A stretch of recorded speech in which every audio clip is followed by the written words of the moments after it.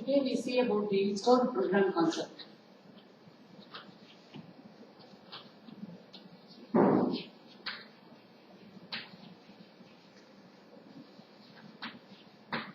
This is also called the von Neumann architecture.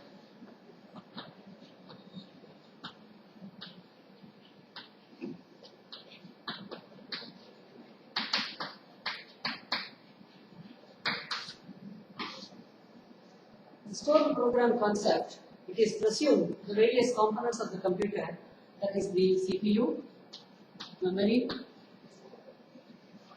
and I/O, function in synchronization with each other, there is no doubt about it.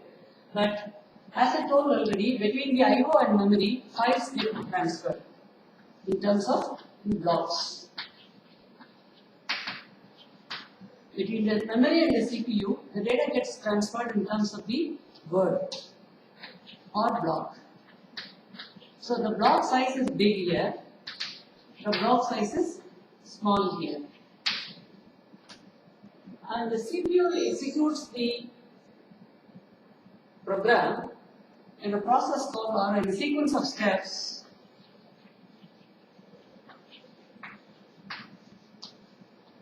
called fetch, decode, and execute.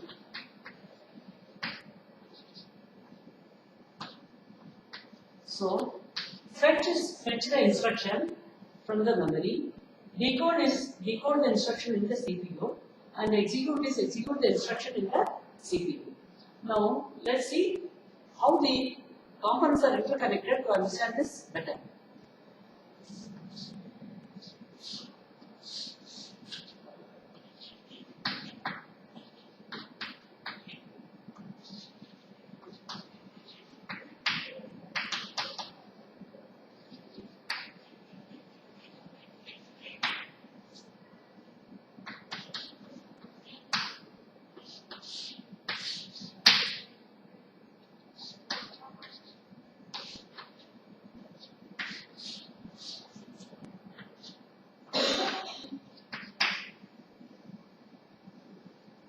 So this is the way the various components of the computer are interconnected.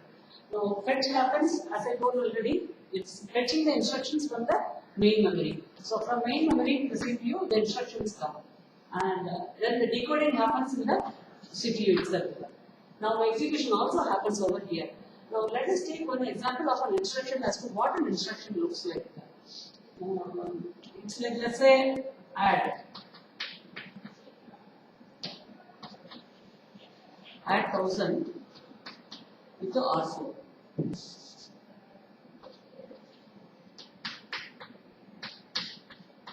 Or the variable called the mark.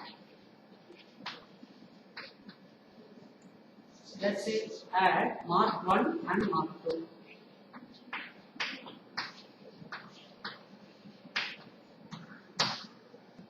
So in this case, add is the instruction, mark 1 and mark 2 are the data. So mark 1 and mark 2 are getting added while executing the instruction called the add. Now these two are called the data, and these two data, where are they? These two data are there in the main memory. Because as the instruction is being fetched, the data also will have to be fetched for the execution of the instruction. So now you could see that the fetch is there and the execution is also being, the data is also being brought from the main memory, because mark 1 and mark 2 are there in the main memory. So the CPU is dependent on the main memory for two cycles, that is the fetch cycle and the execute cycle. So in the stored program concept, what happens is, it is presumed that the data and instructions are brought from the memory by the CPU and it gets executed over here. So that is what is also getting depicted by the fetch, decode, and execute stages.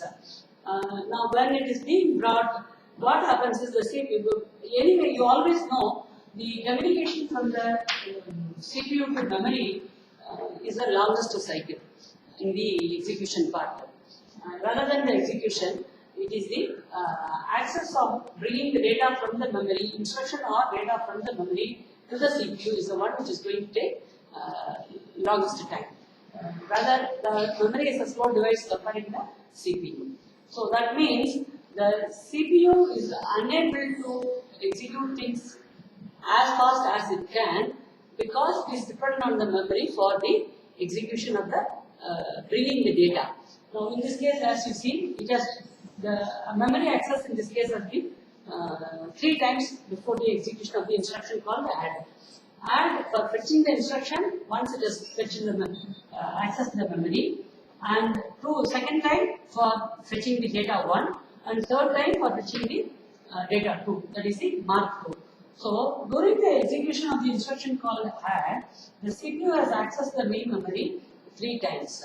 And the main memory being the slowest device, the CPU is unable to proceed or do its job at the maximum possible speed by which it can do it.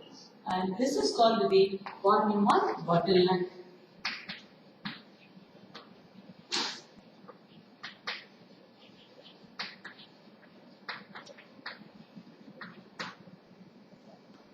So, in the configuration of this kind, which is also called the one-in-one architecture, okay?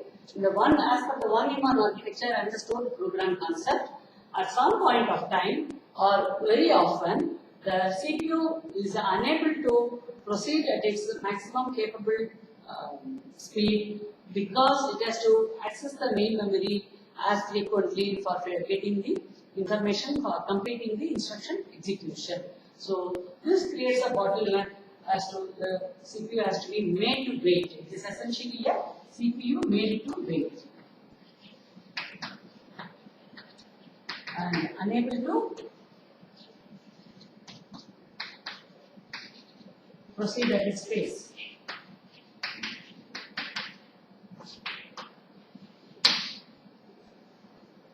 So the program execution proceeds at a slow pace. And how do we solve this problem? This is the biggest problem in the one-in-one architecture.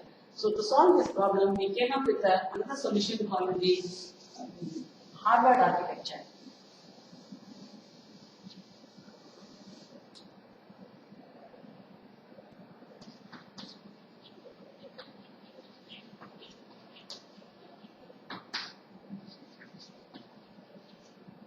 In Harvard architecture, what we do is, inside the CPU,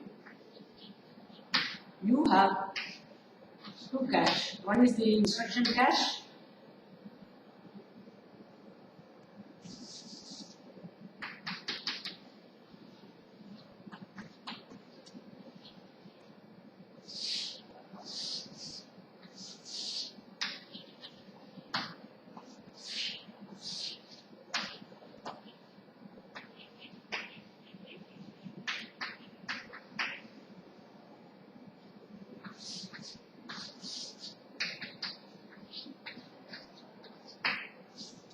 so now you can see the same components, how they are interconnected, and we have an additional block called the I cache and the D cache. There's a cache memory which is part of the CPU, and we have 2 different caches, one for the instruction, one for the data.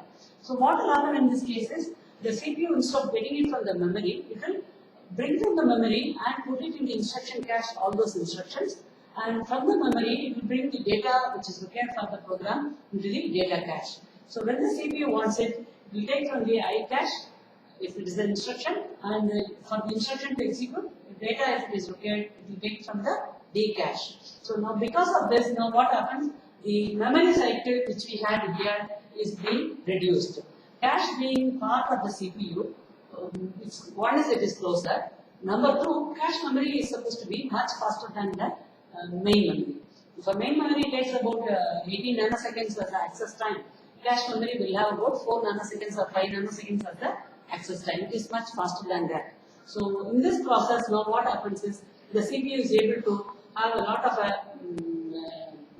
help being given by or assisted by the cache instruction cache and the D cache for executing things in a much faster way. So the Harvard architecture helps us to have a better throughput while execution. So in fact, it is believed it will improve the performance of a system comparing the one-in-one architecture. One-in-one architecture is the basic block, and this has become the revised edition of the architecture actually speaking. Okay, so I hope now it is clear for you as to what is the option we have. Because when an architect is designing a system, he has to have options as to how will he choose for performance or what are the choices he has got for designing for performance. So now this is one such architecture wherein he has got an option for choosing as to between the Harvard and the Von Neumann architecture. What will he choose for performance design essentially? So I hope things are now better as to you have understood what is the stored program concept and what are its issues and how do we solve the issue which is arising out of the stored program concept. Thank you.